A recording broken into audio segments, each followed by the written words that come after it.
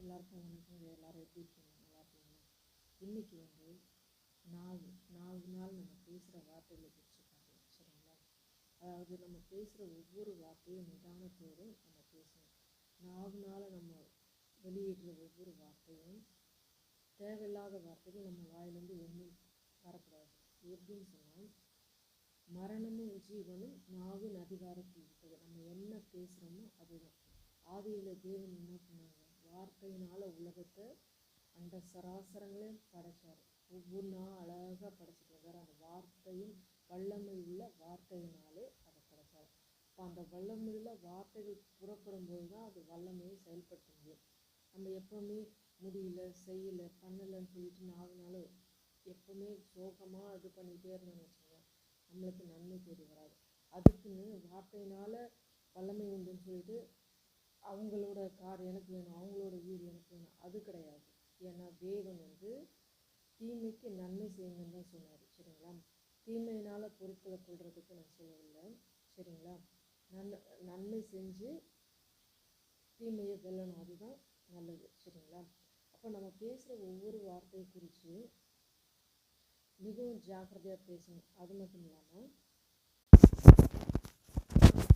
ஏன்னா என்னை பலப்படுத்துக கிறிஸ்துவினால் எல்லாவற்றையும் செய்ய எனக்கு பலன் உண்டு. பிலிப்பியர் 4:13 சொல்லியிருக்கேன். இப்போ நம்ம பேசுகிற வார்த்தையை ஞானமாக பேசணும். அடுத்தது நீதிமொழிகள் 18:21 மரணமும் ஜீவனும் நாவின் அதிகாரத்தில் இருக்குது. அப்போ அந்த நாவுக்கு அதிகாரம் கொடுத்துருக்கும் போது அது ஞானமாக நம்ம செயல்படணும். தேவையில்லாத வார்த்தைகள் வாயில் புறப்படாதபடி மற்றவங்களை சபிக்கிறதுக்கோ இல்லை எப்போ பார்த்தாலும் புலம்பி தவிக்கிறதுக்கோ அல்ல, நல்ல வார்த்தைகளை பேசுங்க. கேட்குறவங்க பிரயோஜனம் உண்டாக அந்த வார்த்தைகளை பேசுங்க. சரிங்களா? மற்றவங்களும் விசுவாசத்தும் சோர்ந்து போகிறவனமா ஒரு நாளும் உங்கள் வாயிலிருந்து வார்த்தைகள் புறப்படக்கூடாது. விசுவாசம் உள்ள வார்த்தைகள் நீங்கள் பேச பேச பேச தேவன் அற்புதங்களையும் அடையாளங்களையும் கண்டிப்பாக செய்வார். ஏன்னா ஆதியிலே வார்த்தை இருந்தது, அந்த வார்த்தை தேவனிடத்திலிருந்து தேவனாக இருந்தது. அந்த வார்த்தை தான் உருமாறி உலகத்தை படைச்சது, எல்லாமே பண்ணது. சரிங்களா? அப்போ அந்த வார்த்தை பலனுள்ளதாக இருக்கிறது.